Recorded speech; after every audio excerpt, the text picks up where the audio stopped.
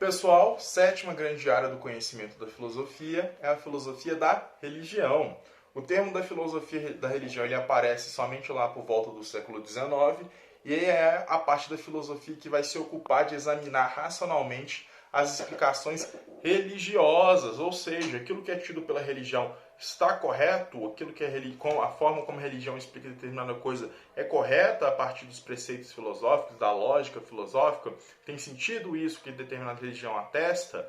Então, grandes questões dessa área vão ser a existência de Deus. Como que eu explico a existência de Deus? Deus existe, não existe? Então, é um debate aqui entre gnoseologistas, agnósticos, teístas, ateístas e por aí vai. Outra grande questão é a questão do mal. Se Deus existe é sumamente bom, como que eu explico o mal? Então, a filosofia da religião é essa área do conhecimento que examina as explicações religiosas e traz isso para uma vertente filosófica para ver se tem uma razão sobre aquilo que se explica. Apesar desse nome ter surgido somente lá no século XIX, como filosofia da religião, esse debate já está em voga desde os mais clássicos filósofos. Isso aparece na filosofia antiga relacionado com a mitologia. Então a mitologia é criada lá pelo poeta Homero, e tem tantos outros, mas o poeta Homero ganha grande ênfase. Ele fala dessa relação do homem com os deuses, com o divino. E até hoje isso nos oferece grandes reflexões, como por exemplo o mito da existência do mal no mundo, que é Pandora. Rápida explicação, os deuses viviam perfeitamente lá no Olimpo, mas um dos deuses da criação, que é Prometeu, cria o homem à sua imagem e semelhança. Ao criar o homem à sua imagem e semelhança, do barro, o homem ainda não tinha fogo vivente, porque esse só pertencia a Zeus.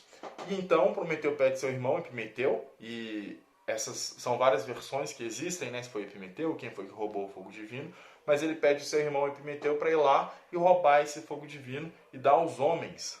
E aí dá para Prometeu dá, e o homem cria a alma vivente. Zeus do alto do Olimpo vê que o homem tem agora vida e se ira, porque ele não tinha autorizado os outros deuses a fazer isso. Então ele decide se vingar.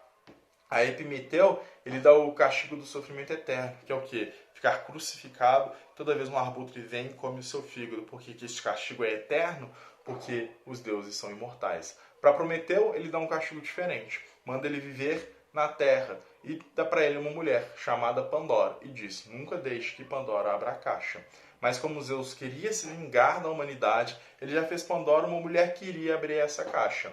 Logo, um dia, quando Prometeu adormece, Pandora abre a caixa. O que sai dela? Todos os males da humanidade, todo o sofrimento, fome, peste, destruição. E ao ver o mal que tinha causado, Pandora corre para fechar. E quando ela fecha, não sabemos ao certo se um dos últimos males saiu ou ficou na caixa. Qual é ele? A esperança. Esperar dias melhores é o maior dos sonhos ou o maior dos erros da humanidade? Então, olha como que desde a mitologia já nos trazem explicações que a gente pode pensar no nosso mundo contemporâneo atualmente. Isso se estende por Platão. Platão vai utilizar muito da questão da teoria das ideias novamente para explicar essa questão do bem e do bom no nosso mundo.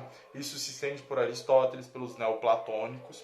Já no período medieval, a patrística vai se ocupar muito disso. Então a gente tem aqui Santo Agostinho falando que o mal existe, ele provém do livre-arbítrio, da possibilidade de escolha dos homens. Então o período medieval vai ser muito rico nessas questões da filosofia da religião, porque como a Igreja Católica está no cerne, os pensadores desse período eles têm que o quê? Tentar unir razão e fé. Então como que eu uno uma explicação cristã católica com as discussões filosóficas? Depois a patrística, na Escola dos Santos Padres, a gente vai ter a escolástica e o surgimento das universidades, destacando-se aqui Santo Tomás de Aquino. Já na modernidade, quando a razão se torna crucial e até mais importante, podemos dizer assim, do que é a fé, como que eu explico as grandes questões a partir desse prisma da razão? Então vai ter uma espécie de crise, por exemplo, ali com Kant, quando Kant vai escrever sobre os limites da capacidade do entendimento, crítica prolegômenos a toda a metafísica futura, dessa incapacidade de, pela razão, nós seres humanos podemos conhecer de fato o que é Deus, de presumir a sua existência. No romantismo alemão, Deus vai ganhar uma espécie de caractere como arte, como a natureza, como essa divindade artística e natural. E no idealismo vão tentar pensar a questão do absoluto, o que é o todo, como ele se mostra, como ele se revela. Depois a gente vai ter uma grande onda, o surgimento do ateísmo na contemporaneidade, ali com Nietzsche, Freud e Marx, como críticos da razão que vão criticar abruptamente as questões da filosofia da religião, que segue em debate até hoje, até os nossos dias atuais. E aí, pessoal, Deus existe ou não existe? É preciso, conseguimos provar? Não conseguimos provar? Se Deus existe é sumamente bom, por que o mal é permitido? Existem várias religiões. É um Deus para todas e cada uma concebe a sua maneira ou não? Há uma dissociação entre o que é verdade e uma ilusão? Grandes questões da filosofia da religião.